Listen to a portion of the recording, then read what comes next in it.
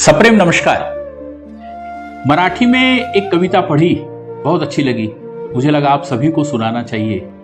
आज देवाला सुट्टी आहे, आज देवाला सुट्टी आहे। कृपया मंदिरात जाऊ नका, देव खूप बिझी आहे, त्याला साकडं घालू नका।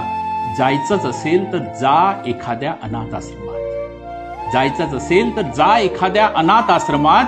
तो तिथे लहान पोरांना हसवतोय, तुम्हीही हसवा एखाद्या कोमेजलेल्या फुलाला, कारण देवाला सुट्टी आहे, कारण देवाला सुट्टी आहे। तो भेटेल तुम्हाला हॉस्पिटलात, तो भेटेल तुम्हाला हॉस्पिटलात प्रेमानी रोग्याला बरा करताना, तो भेटेल तुम्हाला हॉस्पिटलात प्रेमानी रोग्याला बरा करताना। तुम्हीही जा आणि हातभार लावा, मात्र आपली तक्रार सांगू नका, मात्र आपली तक्रार सांगू नका, कारण देवाला आज सुट्टी आहे, कारण देवाला आज सुट्टी आहे। तो दिसेल वृद्धाश्रमात, तो दिसेल वृद्धाश्रमात, तो दिसेल वृद्धाश्रमात आजी आजोबांचे डोळे पुसताना, तो दिसेल वृद्धाश्रमात आजी आजोबांचे डोळे पुसताना। रुमाल घेऊन तुम्हीही जा त्यांचे अश्रू पुसण्यासाठी, परंतु आपले अश्रू दाखवू नका, कारण देवाला आज सुट्टी आहे, कारण देवाला आज सुट्टी आहे।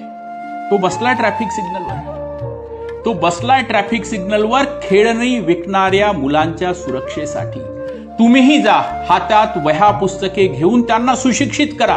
मंदिरात जा हवं असल्यास, पण आज देवाला सुट्टी आहे, पण आज देवाला सुट्टी आहे। तो बसलाय अन्नाच्या कणात, तो बसलाय अन्नाच्या कणात, उगीच अन्न वाया घालवू नका।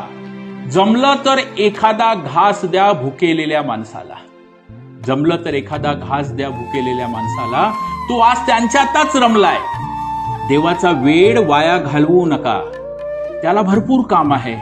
जमलंच तर काही समाजकार्य करा, कारण आज देवाला सुट्टी आहे, कारण आज देवाला सुट्टी आहे। धन्यवाद।